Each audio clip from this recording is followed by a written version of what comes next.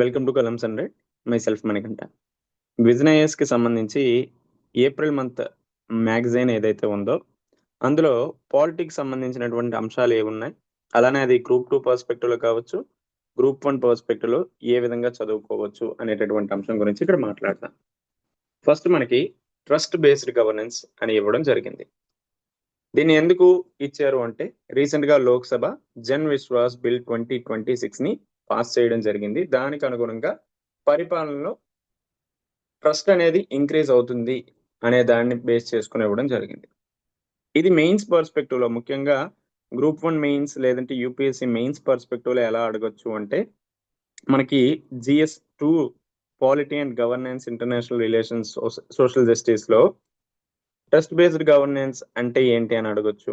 దాంతోపాటు దాని యొక్క సిగ్నిఫికెన్స్, ప్రాముఖ్యత ఏంటి అనేసి మెన్షన్ చేస్తూ అడగొచ్చు. అలానే ఛాలెంజెస్ గురించి అడగొచ్చు. దీంతో పాటు వే ఫార్వర్డ్, ఇలా మనకి ఈ అంశాన్ని చదివేటప్పుడు నోట్ మేకింగ్ చేసుకోవాలి, లేదంటే ఇలానే చదవాల్సిన అవసరం ఉంటుంది. ఇలా చదివితే ప్రశ్న ఎలా ఇచ్చినా కూడా మీరు రాయడానికి ఎక్కువగా స్కోప్ ఉంటుంది. సో ఈవెన్ వీళ్ళు మనకి ఇచ్చింది కూడా సేమ్ మెయిన్స్ ఓరియంటేషన్ లో ఉంటుంది. అయితే ఆబ్జెక్టివ్ ఓరియంటేషన్, ప్రిలిమ్స్ ఓరియంటేషన్ లో దీన్ని మనం ఎలా చదువుకోవాలి అనే దాన్ని ఇక్కడ డిస్కస్ చేద్దాం. మనందరికీ తెలిసిందే జన్ విశ్వాస్ బిల్ 2026 లోక్సభ పాస్ చేయడం జరిగింది. అయితే ఈ బిల్లో ఏమున్నాయి అనేటటువంటి అంశాన్ని చూద్దాం. So it seeks to shift India's regulatory approach from a punitive model to trust based governance. చాలా వరకు ఇంతకు ముందు ఉన్నటువంటి చట్టాల్లో ఇఫ్ ఇన్ కేస్ చిన్న చిన్న అంశాలకు కూడా ఫైన్ వేయడం మాత్రమే కాకుండా క్రిమినలైజ్ చేసేటటువంటి అంశాలు కూడా ఉన్నాయి. ఇటువంటి వాటన్నిటినీ కూడా చెక్ పెడుతూ ఈ ప్యూనిటివ్ మోడల్ నుంచి ట్రస్ట్ బేస్డ్ గవర్నెన్స్ కి తీసుకురావడం జరిగింది. అందులో భాగంగా దీనికంటే ముందు తీసుకొచ్చినటువంటి చట్టంలో 183 ప్రావిజన్స్ ఏవైతే ఉన్నాయో వాటిని డీక్రిమినలైజ్ చేయడం జరిగింది. ఇంతకు ముందు అవన్నీ కూడా క్రిమినలైజ్డ్ గా ఉండేవి. జన్ విశ్వాస్ యాక్ట్ 2023 ఎప్పుడైతే తీసుకొచ్చారో దాదాపు 42 కేంద్ర చట్టాలను సవరించి 183 ప్రావిజన్స్ ని డీక్రిమినలైజ్ చేయడం జరిగింది. అలానే రీసెంట్ గా వచ్చినటువంటి బిల్లులో it proposes the amendment of 784 provisions of 79 central acts administered by 23 ministries. 23 మంత్రిత్వ శాఖలు పనిచేసే దాంట్లో 79 కేంద్ర చట్టాల్లో 784 ప్రావిజన్స్ ని సవరించడం జరిగింది ఈ బిల్లో భాగంగా. మరి ఈ బిల్లో ఏమేమి కీ ప్రావిజన్స్ ఉన్నాయి? ముఖ్యంగా డీక్రిమినలైజింగ్ ఆఫెన్సెస్. చాలా వరకు చిన్న చిన్న సివిల్ పెనాల్టీస్, మైనర్ ఆఫెన్సెస్ కూడా ఎక్కువగా ఇంప్రిజన్మెంట్ లేదంటే క్రిమినలైజ్ చేసేటటువంటి విధంగా ఉండేది. సో ఇది అంతా కూడా ప్యూనిటివ్ మోడల్ అప్రోచ్ గా ఉండేది. ఇలాంటి చిన్న చిన్న వాటికి క్రిమినలైజ్ చేసి పెద్ద పెద్ద పనిష్మెంట్లు ఇచ్చామనుకోండి, ఖచ్చితంగా అక్కడ ఈజ్ ఆఫ్ డూయింగ్ బిజినెస్ అనేది తగ్గుతుంది కదా. ఆ అంశాలను దృష్టిలో పెట్టుకొని ఏవైతే మైనర్ ఆఫెన్సెస్ ఉన్నాయో నార్మల్ సివిల్ పెనాల్టీస్ విధించడం జరుగుతుంది. ఆ విధంగా క్రిమినలైజ్ ఆఫెన్సెస్ చాలా వరకు డీక్రిమినలైజ్ చేయడం జరిగింది. అలానే చాలా వరకు ఆఫెన్సెస్ ని ఒమిషన్ కూడా చేయడం జరిగింది. So giving a false fire alarm under Delhi police act 1978, failure to give information of births and deaths under Delhi municipal corporation act, ఇటువంటివన్నీ కూడా ఒమిషన్ చేయడం జరిగింది.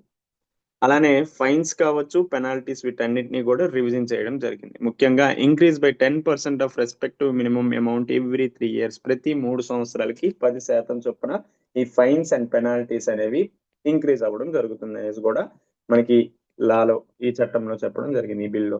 Then also graduated response, provide advisories on first and warnings on second instances of offence. Normal గా ఏదైనా offence చేస్తే ఫస్టే శిక్షించడం జరుగుతుంది. అలా చేశారంటే ఏమవుతుంది, ఓకే మహా అయితే వీళ్ళు ఇది చేస్తారు, అంతకుమించి ఏమీ చేయలేరు అనేది ఇది ఉంటుంది. అలా కాకుండా రీఫార్మేటివ్ జస్టిస్ అనేది తీసుకురావాలి. దానికి అనుగుణంగా ఏం చేశారంటే ఇఫ్ ఇన్ కేస్ ఏదైనా ఫస్ట్ అఫెన్స్ చేసినా ముందు ఒక సలహా ఇస్తారు, రెండోసారి వార్నింగ్ ఇస్తారు, థర్డ్ టైం ఖచ్చితంగా పనిష్మెంట్ ఇవ్వాల్సిందే. సో ఈ విధమైనటువంటి ట్రస్ట్ బేస్డ్ గవర్నెన్స్ ని తీసుకొస్తే ఈజ్ ఆఫ్ డూయింగ్ బిజినెస్ అనేది కూడా ఇంప్రూవ్ అవుతుంది. దాన్ని ఉద్దేశించే ఈ బిల్ ను కూడా ప్రవేశపెట్టడం జరిగింది. ఇకపోతే what is trust based governance, అసలు ట్రస్ట్ బేస్డ్ గవర్నెన్స్ యొక్క నీడ్ ఏంటి, ఇవన్నీ కూడా గ్రూప్ 1 మెయిన్స్ పర్స్పెక్టివ్ లో మీకు యూజ్ అవుతాయి. మెయిన్ గా జస్ట్ వాట్ ఈజ్ వాట్ అని చూసుకోండి, అంతకంటే ఎక్కువగా గ్రూప్ 2 పర్స్పెక్టివ్ లో ఇవేమీ అడగరు. రెగ్యులేటరీ రీఫార్మ్ అనేది వస్తుంది ట్రస్ట్ బేస్డ్ గవర్నమెంట్స్ ఉంటే. ఎకనామిక్ గ్రోత్, మెయిన్ గా ఈజ్ ఆఫ్ డూయింగ్ బిజినెస్ వంటివి బాగా ఇంక్రీజ్ అవ్వడం. దెన్ ఆల్సో వాలంటరీ కంప్లైన్సెస్, వాళ్ళందరూ వాళ్ళే వచ్చి కంప్లైన్సెస్ పెట్టుకుంటారు. దెన్ ఆల్సో కోర్టులో ఉన్నటువంటి పెండెన్సీ కేసెస్ కూడా చాలా వరకు డిక్రీజ్ అవ్వడానికి ఛాన్సెస్ ఉన్నాయి. మోస్ట్లీ కోర్టులో ఉన్నటువంటి పెండెన్సీ కేసెస్ అన్ని కూడా మైనర్ అఫెన్సెస్ ఇటువంటివే ఉన్నాయి. సో ఇటువంటివన్నీ, ఇలాంటి బిల్లులను తీసుకొస్తే చాలా వరకు కోర్ట్స్ కు ఉన్నటువంటి బర్డెన్ కూడా తగ్గుతుంది. అలానే అడ్మినిస్ట్రేషన్ లో ఎఫిషియన్సీ, సామర్థ్యం పెరగడానికి ఛాన్సెస్ ఉంది. అండ్ ఆల్సో చట్టాలన్నీ కూడా సిటిజన్ సెంట్రిక్ గా కూడా మారుతాయి. సో ఎప్పుడైతే సిటిజన్ సెంట్రిక్ గా గవర్నెన్స్ ఉంటుందో అక్కడ డెమోక్రసీ కూడా స్ట్రెంగ్ అవ్వడానికి అవకాశాలు ఉంటాయి. అయితే ఈ ట్రస్ట్ బేస్డ్ గవర్నెన్స్ ని అందించే విషయంలో కొన్ని ఛాలెంజెస్ కూడా ఉంటాయి. మెయిన్ థింగ్ ఏంటంటే ఎన్ఫోర్స్మెంట్ చేయడం కావచ్చు, ఈవెన్ ఇన్స్టిట్యూషనల్ కాన్స్ట్రెంట్స్ ఎక్కువగా ఉన్నాయి. చాలా వరకు డిజిటల్ ఇల్లిటరసీ ఇండియాలో ఎక్కువగా ఉంది. సైబర్ రిలేటెడ్ సెక్యూరిటీ చాలా వరకు ఇన్ఫ్రాస్ట్రక్చర్ రిలేటెడ్ అంశాల్లో చూసుకుంటే తక్కువగానే ఉంది. And also colonial legacy of distress, చాలా వరకు ఇప్పటికీ కూడా అడ్మినిస్ట్రేషన్ లో కొలోనియల్ లెగసీనే ఫాలో అవడం జరుగుతుంది. ఈ అంశాలన్నీ కూడా ఛాలెంజెస్ గా ఉన్నాయి. దెన్ ఆల్సో దానికి సంబంధించి వే ఫార్వర్డ్ ఏంటి అనే దాన్ని కూడా మెన్షన్ చేయడం జరిగింది. అదంతా group 1 mains perspective, UPSC mains perspective లో మీరు చదువుకోవాలి, చూడండి. అయితే ట్రస్ట్ బేస్డ్ గవర్నెన్స్ ని తీసుకొచ్చే విషయంలో గవర్నమెంట్ ఏ స్టెప్స్ తీసుకుందని మెన్షన్ చేశాడు. ఇక్కడ 73rd 74th constitution amendment act 1992, then citizen charter, ease of doing business 2.0, direct benefit transfer, digital public infrastructure, faceless assessment scheme. దీంతో పాటు గుడ్ గవర్నెన్స్ కి సంబంధించినటువంటి ఏ ఏ అంశాలు తీసుకొస్తారో అవన్నీ కూడా ట్రస్ట్ బేస్డ్ గవర్నెన్స్ ని స్ట్రెంథెన్ చేయడం ఉద్దేశంతోనే తెచ్చారు. సో ఎప్పుడైనా ఎగ్జామ్ పర్స్పెక్టివ్ లో measures taken by Indian government, లేదంటే ఏ ఏ మెజర్స్ ఆంధ్రప్రదేశ్ ప్రభుత్వం తీసుకుంది, తెలంగాణ ప్రభుత్వం తీసుకుంది అని మెయిన్స్ లో అడిగినప్పుడు ఇలా రాయాల్సిన అవసరం ఉంటుంది. రైట్, ఇది trust based governance. Then census 2027 కి సంబంధించి union government recently India census 2027 ఏదైతే ఉందో దాని ఫస్ట్ ఫేజ్ ని స్టార్ట్ చేయడం జరిగింది. యాక్చువల్లీ మనకి 2021 లోనే జరగాలి, బికాస్ ఆఫ్ COVID-19 కారణంగా పోస్ట్ పోన్ అవుతూ వచ్చి ప్రెసెంట్ అయితే ప్రారంభించడం జరిగింది. మెయిన్ గా ఎగ్జామ్ పర్స్పెక్టివ్ లో సెన్సస్ అనేది మనకి ఎకానమీలో పాపులేషన్ వస్తుంది, అలానే జాగ్రఫీలో హ్యూమన్ జాగ్రఫీ వస్తుంది. ఈవెన్ ఇది గవర్నెన్స్ పాయింట్ ఆఫ్ వ్యూలో కూడా చదువుకోవాలి. అయితే మనకి ఎగ్జామ్ పాయింట్ ఆఫ్ వ్యూలో గ్రూప్ 2 పర్స్పెక్టివ్ ఏ విధంగా అడగొచ్చు. సో మెయిన్ గా సెన్సస్ కి సంబంధించినటువంటి కొన్ని అంశాలు చూస్తే చాలు. So it will be India's first fully digital census. So భారతదేశంలో మొట్టమొదటిసారిగా తీసుకొస్తున్నటువంటి digital census, and will feature a comprehensive caste enumeration for the first time since 1931. So మనకి యాక్చువల్లీ 2011 లోనే సోషియో ఎకనామిక్ క్యాస్ట్ సెన్సస్ ని చేసినప్పటికీ దాన్ని రిలీజ్ చేయలేదు. So that మనకి ఈ సెన్సస్ లో భాగంగా కాంప్రహెన్సివ్ క్యాస్ట్ ఎన్యూమరేషన్ అనేది కూడా ఆఫ్టర్ 1931 తర్వాత ఇదే మొదటిసారిగా కూడా చేస్తున్నారు. ఇటీవల కాలంలో క్యాస్ట్ సెన్సస్ అనేది ఎక్కువగా మనం వినిపిస్తూ ఉన్నది. సో అందులో భాగంగా 1931 లో మనకి ఫస్ట్ టైం బ్రిటిషర్స్ టైంలోనే క్యాస్ట్ సెన్సస్ కులగణన అనేది చేశారు.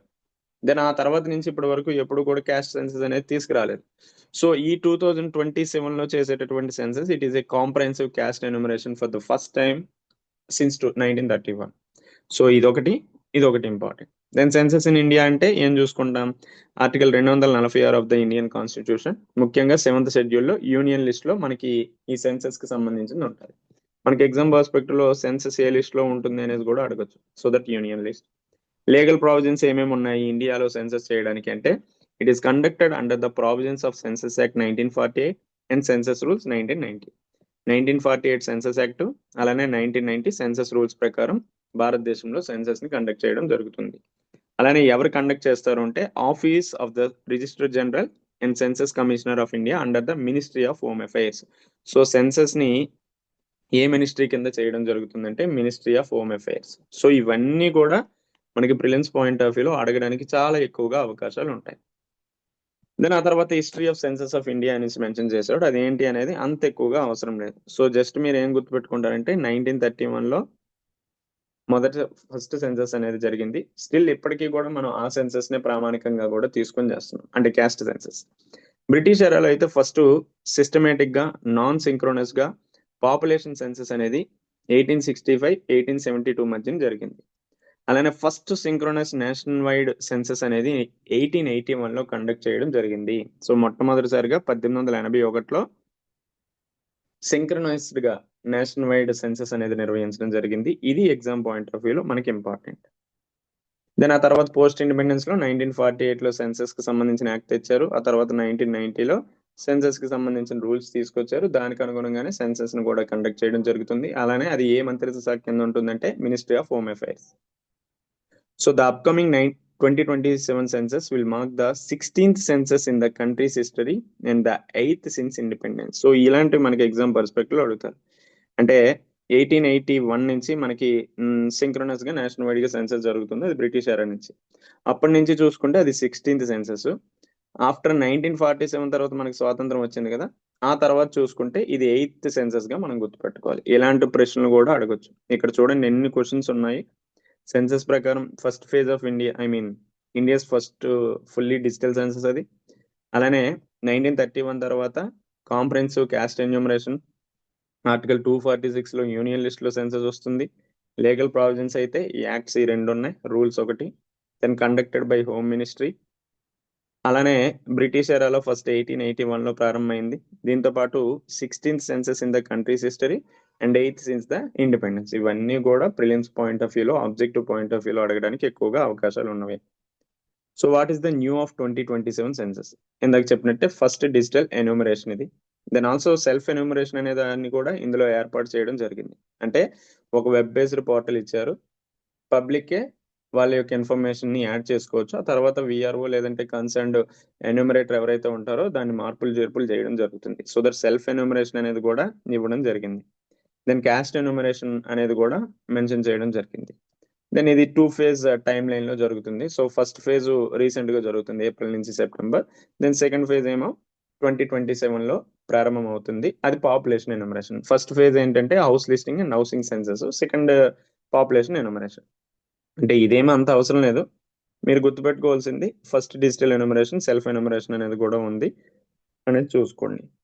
ఈ సిగ్నిఫికెన్స్ ఛాలెంజెస్ అనేది మనకి అంత ఎక్కువ ఎగ్జామ్ పర్స్పెక్టివ్ ఇంపార్టెంట్ ఏం కాదు. Then Ministry of Electronics and Information Technology has constituted the AI Governance and Economic Group. So as a high level interministerial body. So అసలు ఏంటి ఈ AI Governance and Economic Group? So it is a composition of 10-member body. దీనికి chairperson ఎవరు ఉంటారంటే ministry of electronics and information technology. Then దీనికి vice chairperson కూడా ministry of state for electronics and IT. Even other members ఎవరైతే stakeholders ఉన్నారో policy development లో, science and టెక్నాలజీలో, security and economic affairs లో ఎవరైతే ఉన్నారో వాళ్ళు కూడా ఇందులో సభ్యులుగా ఉంటారు. మనకి ఎగ్జామ్ పర్స్పెక్టివ్ లో AIGEG, AI governance and economic group లో ఎంతమంది సభ్యులతో ఈ బాడీని ఏర్పాటు చేశారంటే 10-member బాడీ. దీనికి chairperson, vice chairperson, other members కూడా ఉండడం జరుగుతుంది. చైర్పర్సన్ ఎవరు అనేసి అడగచ్చు. సో ఏంటి అసలు ఇది? It will serve as a India's central institutional mechanism for AI governance, policy development and coordination. దీనికి అనుగుణంగా ఆ బాడీని అయితే తీసుకురావడం జరిగింది. So the guide lines emphasised A whole of government approach to AI governance. So ఇదంత అవసరం లేదు. సో అసలు ఎందుకు ఏఐజిఈజి అనేది తీసుకొచ్చారంటే it will serve as a India's central institutional mechanism for AI governance, policy development and coordination కోసం తెచ్చారు. Right. అలానే ఇందులో ఉన్నటువంటి ఈ బాడీ ఏదైతే ఉందో దాంట్లో ఉన్నటువంటి సభ్యులు ఎవరు అనేది చూసుకోండి. తర్వాత ఇదంతా కూడా మీరు సైన్స్ అండ్ టెక్నాలజీ పర్స్పెక్టివ్ లో చూసినప్పుడు చదివినా సరిపోతుంది. దెన్ ఆ తర్వాత ఇది కొంచెం ఎగ్జామ్ పర్స్పెక్టివ్ ఇంపార్టెంట్. ఏంటి? Constitution 131st amendment bill 2026 defeated in Lok Sabha. మనందరికీ తెలిసిందే 131వ రాజ్యాంగ సవరణ బిల్లుని తీసుకొచ్చారు. హౌవెవర్ అది లోక్సభలోనే డిఫీట్ అయిపోయింది. The bill failed to secure 2/3 majority required to pass A constitution amendment bill. Normal గా కాన్స్టిట్యూషన్ అమెండ్మెంట్ బిల్ ప్రవేశపెట్టి అది యాక్ట్ అవ్వాలంటే ఖచ్చితంగా 2/3 మెజారిటీ అనేది ఉండాలి. అయితే దీనికి 2/3 మెజారిటీ లేకపోవడం వల్ల డిఫీట్ అయిపోవడం జరిగింది. So following the defeat of the constitution amendment bill, so ఈ కాన్స్టిట్యూషన్ అమెండ్మెంట్ బిల్ డిఫీట్ అవ్వడం వల్ల ఈవెన్ గవర్నమెంట్ డీలిమిటేషన్ బిల్ ఏదైతే పెట్టిందో దాన్ని విత్డ్రా చేసుకుంది. యూనియన్ టెరిటరీస్ లా అమెండ్మెంట్ బిల్ ఏదైతే ఉందో దాన్ని కూడా విత్డ్రా చేసుకోవడం జరిగింది. అయితే ఈ 131st అమెండ్మెంట్ బిల్లో ఏ ఏ అంశాలు ఉన్నాయంటే ముఖ్యంగా లోక్సభకు సంబంధించినటువంటి స్ట్రెంత్ ఏదైతే ఉందో దాన్ని ఇంక్రీజ్ చేయాలని, అంటే ప్రెసెంట్ ఉన్నటువంటి 543 మెంబర్స్ ని 850 మెంబర్స్ కి ఇంక్రీజ్ చేయాలని. అందులో ముఖ్యంగా 815 స్టేట్స్ కి సంబంధించి, 35 యూనియన్ టెరిటరీస్ కి సంబంధించి.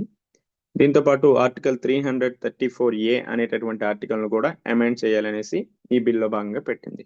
సో మెయిన్ గా ఇదేంటి, allow implementation of 1/3 women's reservation in Lok Sabha and state assembly immediately after delimitation.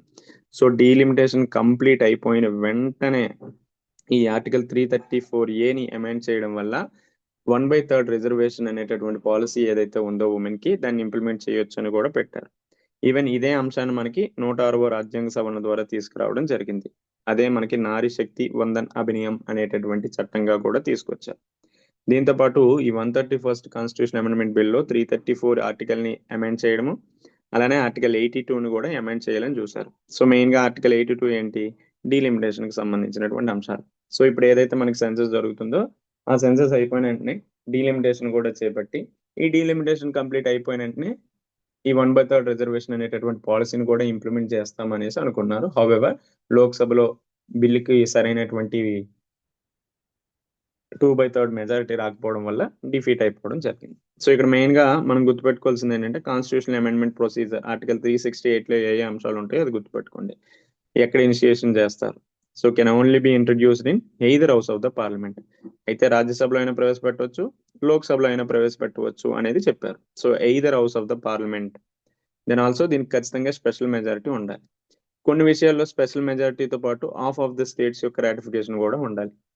If in case ఈ రెండు బిల్లుకి సంబంధించి ఏదైనా హౌస్ లో ప్రతిష్టంభన ఏర్పడింది అనుకోండి, ఫర్ ఎగ్జాంపుల్ రాజ్యసభ పాస్ చేసి లోక్సభ పాస్ చేయలేదు అనుకోండి, అప్పుడు జాయింట్ సెషన్ కి ఆస్కారం ఉందా అంటే జాయింట్ సెషన్ కి ఏ విధమైనటువంటి ఆస్కారం కూడా లేదు. ఇవన్నీ కూడా ఆర్టికల్ 368 ఇంటర్లింక్ చేస్తూ చదువుకోవాలి.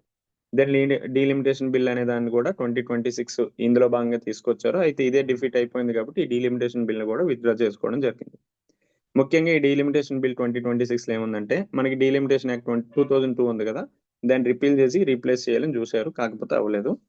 సో ఈ డీలిమిటేషన్ కమిషన్ అనేది చాలా important. Even UPSC group 1 group 2 perspective లో కూడా అడగడం జరిగింది. సో దట్ మీరు ఈ అంశాన్ని ఒకసారి చూసుకోండి. దెన్ ఆన్లైన్ గేమింగ్ రూల్స్ కి సంబంధించి కొన్ని రెగ్యులేషన్స్ అయితే తీసుకురావడం జరిగింది. వాటిని నోటిఫై కూడా చేశారు. ముఖ్యంగా ద రూల్స్ ఎవరు ప్రిపేర్ చేశారంటే ministry of electronics and information technology. Main గా it provided for the operational architecture of the promotion and regulation of online gaming act 2025. So 2025 లో మనకి చట్టం తీసుకొచ్చారు. రీసెంట్ గా రూల్స్ తీసుకురావడం జరిగింది. ఎవరు ప్రిపేర్ చేశారంటే ministry of electronics and information technology. ఇందులో మెయిన్ గా ఏమేమి అంశాలు ఉన్నాయి, కీ హైలైట్ ఆఫ్ రూల్స్ ఏంటంటే online gaming authority of India. So main గా it is constituted as an attached office of ministry. దీని యొక్క హెడ్ ఆఫీస్ ఎక్కడ ఉంటుందంటే ఢిల్లీ. Composition 6 members. అలానే దీనికి హెడ్ ఎవరు ఉంటారంటే additional secretary of ministry of electronics and information technology. ఎందుకంటే మీరు ఎక్కువగా దీని గురించి చదువుకోవాల్సిన అవసరం ఏమీ లేదు. ఇఫ్ ఇన్ కేస్ మీరు యూపీఎస్సీ లేదంటే గ్రూప్ 1 మెయిన్స్ పర్స్పెక్టివ్ చదివితే మాత్రం ఈ ఆన్లైన్ గేమింగ్ రూల్స్ కి సంబంధించినటువంటి అంశాల గురించి కూడా చూసుకోండి. దెన్ ఆ తర్వాత నామినేటెడ్ మెంబర్స్. ఇలాంటివి మనకి ఎగ్జామ్ పర్స్పెక్టివ్ లో హెవీగా చాలా ఎక్కువగా అడగడానికి ఛాన్సెస్ ఉన్నాయి. For the first time A nominated member was elected as a deputy chairman of the Rajya Sabha for the third consecutive time. So మనకి ఈ అంశాలు ఏం చదువుకోవాలంటే, రాజ్యసభకి నామినేటెడ్ మెంబర్స్ ని ఎలా అపాయింట్ చేస్తారు, డిప్యూటీ చైర్మన్ కి సంబంధించినటువంటి ఎలక్షన్స్ ఎలా నిర్వహిస్తారు అనేది మాత్రం ఎగ్జామ్ పర్స్పెక్టివ్ లో మనకి important. So about the deputy chairman చూసుకుంటే, అండర్ ఆర్టికల్ 89 ఆర్టికల్ 89 ప్రకారం డిప్యూటీ చైర్మన్ ని ఎన్నుకోవడం జరుగుతుంది. అది కూడా ఎవరు, రాజ్యసభలో ఉన్నటువంటి members. So Rajya Sabha it self from among guest its members. So రాజ్యసభలో ఉన్నటువంటి సభ్యులు ఎవరైతే ఉన్నారో వాళ్ళ ద్వారానే డిప్యూటీ చైర్మన్ ని ఎన్నుకోవడం జరుగుతుంది. సో డిప్యూటీ చైర్మన్ ఏం చేస్తాడు, నార్మల్ గా చైర్మన్ ఆఫీస్ లో లేనప్పుడు చైర్మన్ సీట్ ని ఇది చేసి దానికి అనుగుణంగా రాజ్యసభను నిర్వహించడం జరుగుతుంది. The deputy chairman performs the duty of chairman's office when it is vacant or when the vice president acts as a president. So vice president president గా యాక్ట్ చేసినప్పుడు, లేదంటే చైర్మన్ యొక్క ఆఫీస్ వేకెంట్ గా ఉన్నప్పుడు డిప్యూటీ చైర్మన్ గా వ్యవహరించడం జరుగుతుంది. ఇప్పుడు నామినేటెడ్ మెంబర్స్ ఏ విధంగా ఉంటారని చూద్దాం. It is under article 80 of the Indian constitution. దీని యొక్క కాంపోజిషన్ ఎలా ఉంటుందంటే, రాజ్యసభలో మనకి మొత్తం టోటల్ మెంబర్స్ ఎంత ఉన్నారు, 250 వరకు మాక్సిమం మెంబర్స్. సో ఇందులో 12 మంది నామినేటెడ్ మెంబర్స్ ఉంటారు. సో ఈ 12 మంది నామినేటెడ్ మెంబర్స్ ఏ ఫీల్డ్స్ నుంచి తీసుకోవడం జరుగుతుంది, literature, science, art, social service. ఈ 4 అంశాలకు అనుగుణంగా నామినేటెడ్ మెంబర్స్ ని ఎవరు అపాయింట్ చేస్తారు, ప్రెసిడెంట్ రాష్ట్రపతి అపాయింట్ చేయడం జరుగుతుంది. సో ఈ ఫీల్డ్స్ ఏంటనేది ఇంపార్టెంట్. 12 మంది నామినేటెడ్ మెంబర్స్, ఎవరు అపాయింట్ చేస్తారు అనేది కూడా గుర్తుపెట్టుకోండి. దీంతో పాటు రాజ్యసభ యొక్క టోటల్ మెంబర్స్ ఏంటి. రైట్. దెన్ ఆ తర్వాత రిమూవల్ ఆఫ్ జడ్జెస్. రీసెంట్ గా జస్టిస్ యశ్వంత్ వర్మ చాలా వరకు అవినీతి ఆరోపణలు ఎదుర్కొంటున్నటువంటి ఈ చీఫ్ జస్టిస్ ఈ హైకోర్టు జడ్జి గారు రీసెంట్ గా తన యొక్క రెసిగ్నేషన్ ని ప్రెసిడెంట్ కి సబ్మిట్ చేయడం జరిగింది. సో దీనికి అనుగుణంగా withdrawing from the proceedings of the impeachment procedure ఇన్స్టిట్యూటెడ్ against him. ఈయనకి ఎగెనెస్ట్ గా మహాభియోగ తీర్మానాన్ని ప్రవేశపెట్టడం జరిగింది. కాకపోతే ఈయన రెసిగ్నేషన్ సబ్మిట్ చేయడం వల్ల ఆయన మీద ఇంపీచ్మెంట్ ప్రాసెస్ ఏదైతే ఉందో దాన్ని విత్డ్రా కూడా చేసుకోవడం జరిగింది. సో ఈ విధంగా చూసుకుంటే ఇంతవరకు భారతదేశంలో ఎంతమంది జడ్జిలు ఈ ఇంపీచ్మెంట్ ప్రొసీజర్ ద్వారా తొలగించడం జరిగిందంటే no judge has been impeached till now. Then removal of judges గురించి అన్నారు కాబట్టి దానికి సంబంధించినటువంటి అంశాలు మన కాన్స్టిట్యూషన్ ఏమైనా ఉన్నాయి అనేది చూద్దాం. Article 124, article 218. సో ఆర్టికల్ 124 అనేది సుప్రీంకోర్టు, ఆర్టికల్ 218 అనేది హైకోర్టుకి సంబంధించి రిమూవల్ ఆఫ్ జడ్జెస్ గురించి తెలియజేస్తుంది. So article 124, article 218 provides for the removal of supreme court judge and high court judge through the impeachment. So impeachment procedure ద్వారా హైకోర్టు అండ్ సుప్రీంకోర్టు జడ్జిని తొలగించడం జరుగుతుంది. So removal procedure ఏ చట్టం ద్వారా మనకి రెగ్యులేట్ చేయడం జరుగుతుందంటే జడ్జెస్ ఎంక్వైరీ యాక్ట్ 1968. ఇదే ప్రశ్నని సబ్ ఇన్స్పెక్టర్ మెయిన్స్ లో కూడా అడగడం జరిగింది. సో జడ్జెస్ ఎంక్వైరీ యాక్ట్ ఏ ఇయర్లో తీసుకొచ్చారని. సో దట్ మనకి ఇప్పుడు ఎలా అడగొచ్చు, ఈ 124, 218 ఆర్టికల్ అడగొచ్చు, లేదంటే ఈయన పేరు కూడా అడగొచ్చు. అలా కాకుండా రిమూవల్ ప్రాసెస్ ఏ చట్టం ద్వారా రెగ్యులేట్ చేయడం జరుగుతుందంటే జడ్జెస్ ఎంక్వైరీ యాక్ట్ 1968 ద్వారా. దెన్ ఇంపీచ్మెంట్ ప్రొసీజర్ ఎలా ఉంటుందనేది చూద్దాం. So first initiation, the removal motion requires a signature of 100 members for Lok Sabha, 50 members for Rajya Sabha to be submitted to Speaker or Chairman. So if in case removal motion కి ఖచ్చితంగా 100 మంది సభ్యుల యొక్క సంతకం కావాలి, అది లోక్సభలో అయితే. 50 మంది సభ్యుల యొక్క సంతకం కావాలి, అది రాజ్యసభలో అయితే. So that initiation if in case రాజ్యసభలో తీసుకొచ్చారనుకోండి, 50 మంది సభ్యుల యొక్క సంతకం పెట్టి అది చైర్మన్ కి అందించాలి. లేదు లోక్సభలో పెట్టారు అనుకోండి, 100 మంది సభ్యుల యొక్క సంతకం పెట్టి అది స్పీకర్ కి సబ్మిట్ చేయాల్సిన అవసరం ఉంటుంది. దెన్ ఆ తర్వాత ఏం జరుగుతుంది, ఆన్ అడ్మిషన్ ఆఫ్ మోషన్, అంటే if in case Rajya Sabha members chairman కైనా లేదంటే లోక్సభ మెంబర్స్ స్పీకర్ కైనా అడ్మిషన్ ఇచ్చినాక దెన్ అప్పుడు స్పీకర్ అయినా చైర్మన్ అయినా ఏం చేస్తారంటే 3 మెంబర్ కమిటీని వేయడం జరుగుతుంది. అంటే ఏవైతే ఆయనకి వ్యతిరేకంగా ఛార్జెస్ ఇచ్చేసాయో దానికి అనుగుణంగా ఇన్వెస్టిగేట్ చేయమని చెప్తారు ఈ 3 మెంబర్ కమిటీని వేసి. So if committee finds the judge guilty, so ఈ కమిటీని వేసి ఈ కమిటీ జడ్జిని గిల్టీగా ఫైండ్ చేసిందంటే both the houses pass the removal motion with special majority. అంటే జడ్జి గిల్టీ అనేసి ఇన్వెస్టిగేషన్ కమిటీ నిరూపించినంత మాత్రాన జడ్జిని రిమూవ్ చేయరు. దెన్ ఆ తర్వాత అక్కడ ఉన్నటువంటి హౌసెస్ ఏవైతే ఉన్నాయో ఆ రిమూవల్ మోషన్ ని స్పెషల్ మెజారిటీతో వేరువేరుగా ఆమోదించాల్సినటువంటి అవసరం ఉంటుంది. సో ఇలాంటివే మనకి important, with special majority. If committee finds the judge guilty, both the houses వేరువేరుగానే pass the removal motion with special majority, then the president passes an order for removal. So if in case ఈ 2 సభలు వేరువేరుగా special మెజారిటీతో ఆమోదించిందంటే then ఆ bill ఏదైతే ఉందో, ఆ removal motion ఏదైతే ఉందో అది ప్రెసిడెంట్ దగ్గరికి వెళ్తుంది. ఆ ప్రెసిడెంట్ అప్పుడు దాన్ని యాక్సెప్ట్ చేస్తే దెన్ ఆ జడ్జి ఎవరైతే ఉన్నారో ఆయన రిమూవ్ చేయడం జరుగుతుంది, ఇంపీచ్ చేయడం జరుగుతుంది. ఇలా ఉంటుంది removal of judges. Then recusal of judges అనేది మనకు అంత ఏమి ఇంపార్టెంట్ కాదు. రీసెంట్ గా ఫార్మర్ చీఫ్ జస్టిస్ రీసెంట్ గా ఢిల్లీ చీఫ్ మినిస్టర్ ఎవరైతే ఉన్నారో sought recusal of Delhi high court judge in matter. దేనికోసం అంటే తనకు సంబంధించినటువంటి కేసు ఏదైతే ఉందో దాని నుంచి ఎవరైతే జడ్జి గారు ఉన్నారో వాడిని తొలగమన్నాను అనేసి అడగడం జరిగింది. సో మీనింగ్ ఏంటంటే recusal of judges, it is a judges withdrawal from a case due to potential conflict of interest or perceived bias. So if in case ఏదైనా బయాస్నెస్ కనిపించిన, కాన్ఫ్లిక్ట్ ఆఫ్ ఇంట్రెస్ట్ కి విఘాతం కలిగిస్తుంది అంటే ఆ జడ్జిని ఆ కేసు నుంచి విత్డ్రా చేసుకోమనేసి అడిగేటటువంటి ప్రక్రియనే రిక్యూజల్ ఆఫ్ జడ్జెస్ అంటారు. దాని యొక్క మెయిన్ పర్పస్, ఆబ్జెక్టివ్ ఏంటంటే it promote A fair process and also administration of justice లో పబ్లిక్ కాన్ఫిడెన్స్ ని బిల్డ్ చేయడం, దీంతో పాటు జుడిషియల్ ఇంపార్షియాలిటీ అనేది తీసుకురావాలనేటటువంటి ఉద్దేశంతో ఈ రిక్యూజల్ ఆఫ్ జడ్జెస్ అనేది ఉంది. So underlying the principal rule against bias, no person should be judge on a case in which they have interest. Then regulation, దీనికి సంబంధించి ఏదైనా రెగ్యులేషన్ ఉన్నాయంటే India has no codified rules governing it. So దీనికి సంబంధించి ఏ విధమైనటువంటి rules కావచ్చు, regulations అనేవి ఏమీ లేవు. అయితే లీగల్ ప్రెసిడెంట్స్ అయితే ఈ చట్టాల కింద ఉన్నాయి. ఇది main thing. So Aam Aadmi పార్టీకి సంబంధించి ఢిల్లీ చీఫ్ మినిస్టర్ ఎవరైతే ఉన్నారో ఆయన యొక్క లిక్కర్ స్కామ్ ఏదైతే ఉందో దానికి సంబంధించినటువంటి విషయంలో హైకోర్టు జడ్జి గారు ఎవరైతే ఉన్నారో ఆమెని తొలగిపోమని చెప్పారు. అంటే విత్డ్రా చేసుకోండి, ఎందుకంటే కాన్ఫ్లిక్ట్ ఆఫ్ ఇంట్రెస్ట్ ఉంది, పర్సీవ్డ్ బయాస్డ్ గా మీరు ఉండడానికి అవకాశం ఉంటుంది, ఆస్కారం ఉంటుంది, కాబట్టి ఈ కేసు నుంచి మీరు విత్డ్రా చేసుకొని వేరే జడ్జిని పెట్టండి అనేసి అడగడం జరిగింది. సో దట్ ఆ కాంటెక్స్ట్ లో ఈ అంశం అనేది వచ్చింది మనకి.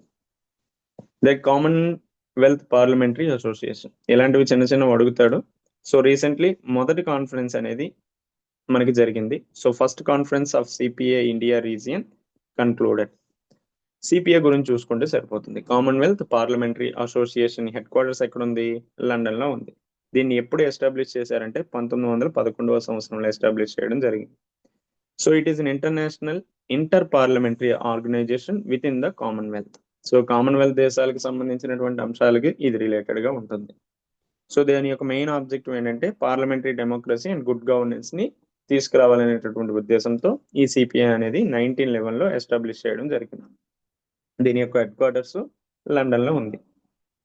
సో దీని యొక్క కీ పబ్లికేషన్ ఏంటంటే ద పార్లమెంటేరియన్ జర్నల్. సో మీరు ఏం గుర్తుపెట్టుకుంటారంటే లండన్ 1911 ఈ రెండు గుర్తుపెట్టుకుంటే సరిపోతుంది, అంతకంటే ఎక్కువ ఏం అవసరం లేదు. దెన్ ఎన్సిఆర్టీ రీసెంట్ గా చాలా వరకు ఎన్సిఆర్టీ న్యూస్ లో నిలుస్తూనే ఉంది. ఫర్ ఎగ్జాంపుల్ డాన్సింగ్ గర్ల్కి సంబంధించినటువంటి మనకి హరప్పాలో డాన్సింగ్ గర్ల్ ఉంటుంది కదా, దీనికి సంబంధించినటువంటి విషయంలో కొన్ని కాంట్రవర్సీస్ అయితే రీసెంట్ గా రావడం జరిగింది. సో ఆ కాంటెక్స్ట్ లో ఎన్సిఆర్టీ న్యూస్ లో ఉంది. ఈవెన్ ఆ అంశాన్ని మీరు చదివేటప్పుడు డాన్సింగ్ గర్ల్ ని దృష్టిలో పెట్టుకుని కూడా చదువుకోండి. ఎగ్జామ్ పర్స్పెక్టివ్ అలా కూడా అడగొచ్చు. డాన్సింగ్ గర్ల్ ఎక్కడ లభ్యమైంది, లేదంటే దాన్ని ఇంటర్లింక్ చేసుకుని హరప్పన్ సివిలైజేషన్ గురించి కూడా అడగొచ్చు. రీసెంట్ గా డాన్సింగ్ గర్ల్ ని మస్కట్ ని యూజ్ చేయడం కూడా జరిగింది నరేంద్ర మోడీ గారు. సో దట్ ఈ కాంటెక్స్ట్ లో చూసుకుంటే డాన్సింగ్ గర్ల్ అనేటటువంటి అంశం చాలా ఎక్కువగా న్యూస్ లో ఉంది. ఇక్కడ లేదు కానీ ప్రెసెంట్ న్యూస్ లో ఉందని చెప్తున్నా.